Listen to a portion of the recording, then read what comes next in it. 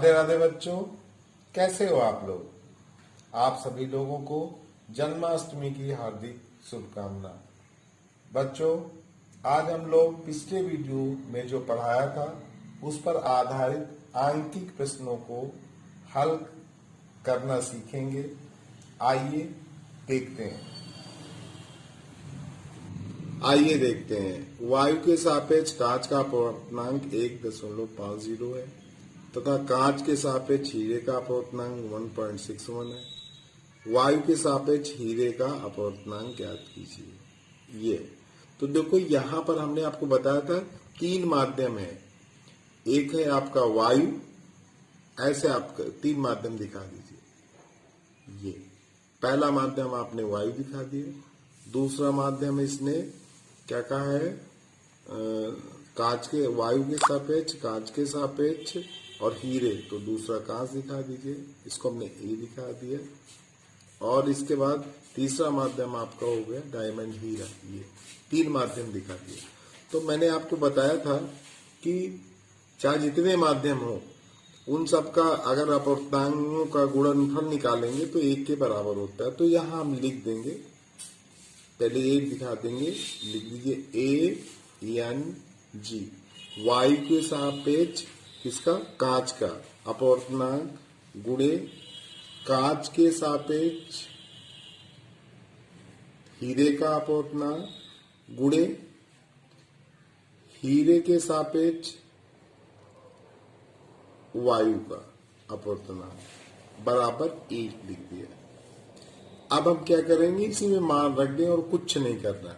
तो देखिए, वायु के सापेक्ष कांच का अपवर्तनांक दिया है, वायु के सापेक्ष कांच का, तो यहां लिख देंगे 1.5 इंटू कांच के सापेक्ष हीरे का, कांच के सापेक्ष यानी कि ग्लास, और ये भी दिया है, ये कितना दिया है 1.61 गुणे, और पूछा क्या है वायु के सापेक्ष हीरे का।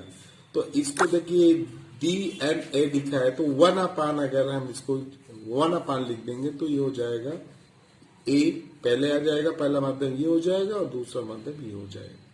अगर इसको हमको इस तरह लिख, तो वायु के सापेक्ष इसका पूछ रहा है इक्वल टू 1, ये लिख देंगे। अब फिर ये गुणा कर देंगे, तो ये आपका आ गया जो पूछ रहा था, वायु के सापेक्ष हीरे का अपवर्तनांक, ये हो गया बराबर 1.5 इंटू 1.61। अब मल्टीप्लाई करके लिख देंगे, गुणा कर दीजिए। तो हम गुणा कर दे रहे, 15 के नम 15, यहाँ लिख दिया हमने 5, 15 छक्का 90, 1 हासिल था, 90 1 91, 9 हासिल आ गया, 15 के नम 15, 5 20, 4 24, ये लिख देंगे। और दशमलव 1 2 3 अंक बार लगा दें, 1 2 3, तो कितना है हमारा 2.415, ये लिख देंगे 2.41। अगर 2 अंक तक लिखते हैं यही आपका आंसर हो जाएगा। सवाल देखते हैं, यदि वायु के सापेक्ष किसी पारदर्शी द्रव का अपवर्तनांक 1.25 है तथा कांच का अपवर्तनांक 1.5 है, तो द्रव के सापेक्ष कांच के अपवर्तनांक की गणना कीजिए। तो इसमें भी देखिए तीन माध्यम है, ये हमने दिखा दिया तीनों माध्यम।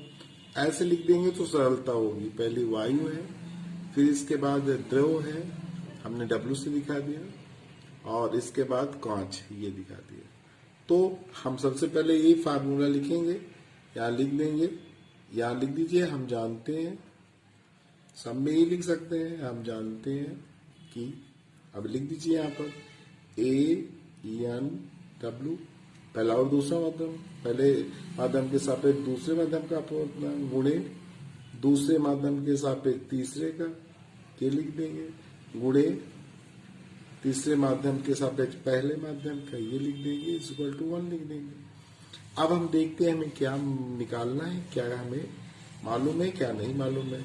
तो देखिए, वायु के सापेक्ष किसी पारदर्शी द्रव का द्रव का मालूम है, तो वायु के सापेक्ष द्रव का, तो ये लिख देंगे कितना है 1.25 इंटू, फिर दिया है वायु के सापेक्ष कांच का अपवर्तनांक मालूम है, और पूछ कर रहा द्रव के सापेक्ष द्रव के सापेक्ष कांच का, तो ये पूछ ही रहा है तो इसको लिखा रहने WNG गुणे यहाँ पर 1 हम लिख सकते हैं। क्या लिखेंगे? ANG हो जाएगा इज इक्वल टू 1। अब फिर तिर्य गुणा कर देंगे, इसका टाइम खींच दे रहे हैं, इसको तिर्य गुणा कर देंगे, तिर्य गुणा कर देंगे तो ये आपका आ जाएगा ANG इक्वल टू, ये लिख देंगे 1.25 इंटू WNG अर्थात द्रव के सापेक्ष कांच का, यही पूछा है।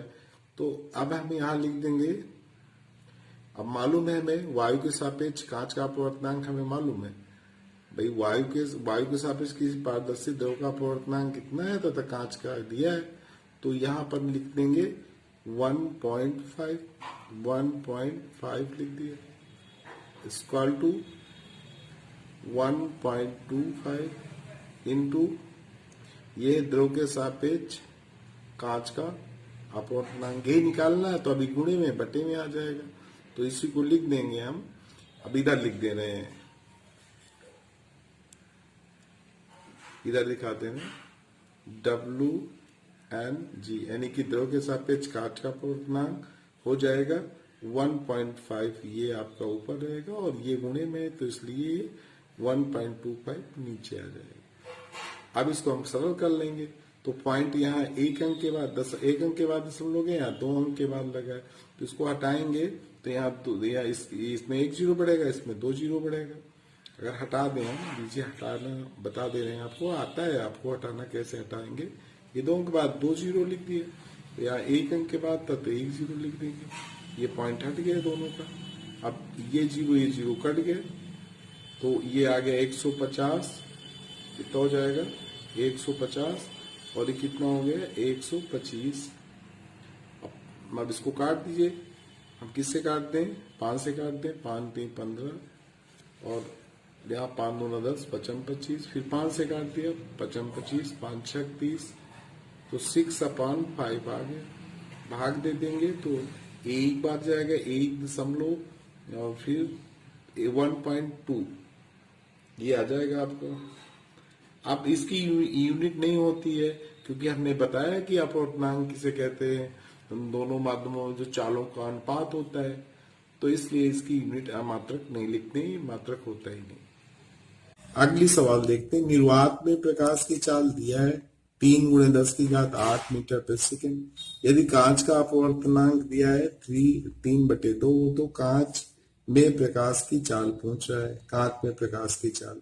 तो अब हम इसको कैसे लगाएंगे? इसमें कांच का अपवर्तनांक दिया तो लिख देंगे कांच का अपवर्तनांक बराबर, तो कांच का अपवर्तनांक क्या हो जाएगा? निर्वात में प्रकाश की चाल, निर्वात में प्रकाश की चाल बटे में कितना आ जाएगा? जो माध्यम है, किस इसमें क्या है, माध्यम दिया है कांच में, तो लिख देंगे कांच, निर्वात में प्रकाश की चाल बटे क्या हो जाएगा? कांच में प्रकाश की चाल, कांच में प्रकाश की चाल, माध्यम में प्रकाश की चाल, तो माध्यम यहाँ कांच है, तो हमें अब यहाँ जो मालूम है लिख देंगे। अब यहाँ लगा देंगे क्योंकि जगह नहीं, सवाल अगली सवाल हम लिख लिए हैं। तो कांच का अपवर्तनांक कितना दिया है? 3/2 दिया है। निर्वात में प्रकाश की चाल भी दिया है, 3 × 10⁸ दिया है, और ये पूछा ही है। चलो इसको हमने लेकिन ये लिखना पड़ेगा, ऐसे नहीं, हम मान लो यहाँ पूरा न लिख के ज्यादा जगह लेगा, इसलिए यक्स मान लिया, मान लीजिए इसको यक्स मान लेते हैं।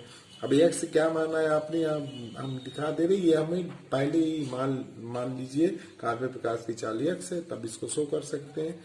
तो ये जब हम निकालेंगे यक्स की वैल्यू निकालेंगे, तो ये तिर्य गुणा हो जाएगा, गुणे में, और इसका इससे गुणा हो जाएगा, तो ये लिख दें हम यक्स = लिखेंगे 2 × 3 × 10⁸ अपॉन यक्स की वैल्यू निकाला, इसके साथ गुणे में 3 है तो 3 बटे में आ जाएगा, ये 3 से 3 कट जाएगा, तो कितना आ गया? 2 × 10⁸ आ जाएगा मीटर प्रति सेकंड। क्योंकि वेग है तो वेग का मात्रक मीटर प्रति सेकेंड होता है। तो ये है, इस तरह हम इस सवाल को लगा सकते हैं। भाई कांच का अपवर्तनांक तो निर्वात में प्रकाश की चाल, और माध्यम जो भी है कांच है तो कांच में प्रकाश की चाल। और इसमें अपवर्तनांक उसका दिया था भाई, इसमें इसने कहा है कि कांच का अपवर्तनांक दिया तो कांच के अपवर्तनांक वाले फार्मूले से निकाल लेंगे। सवाल देखते हैं।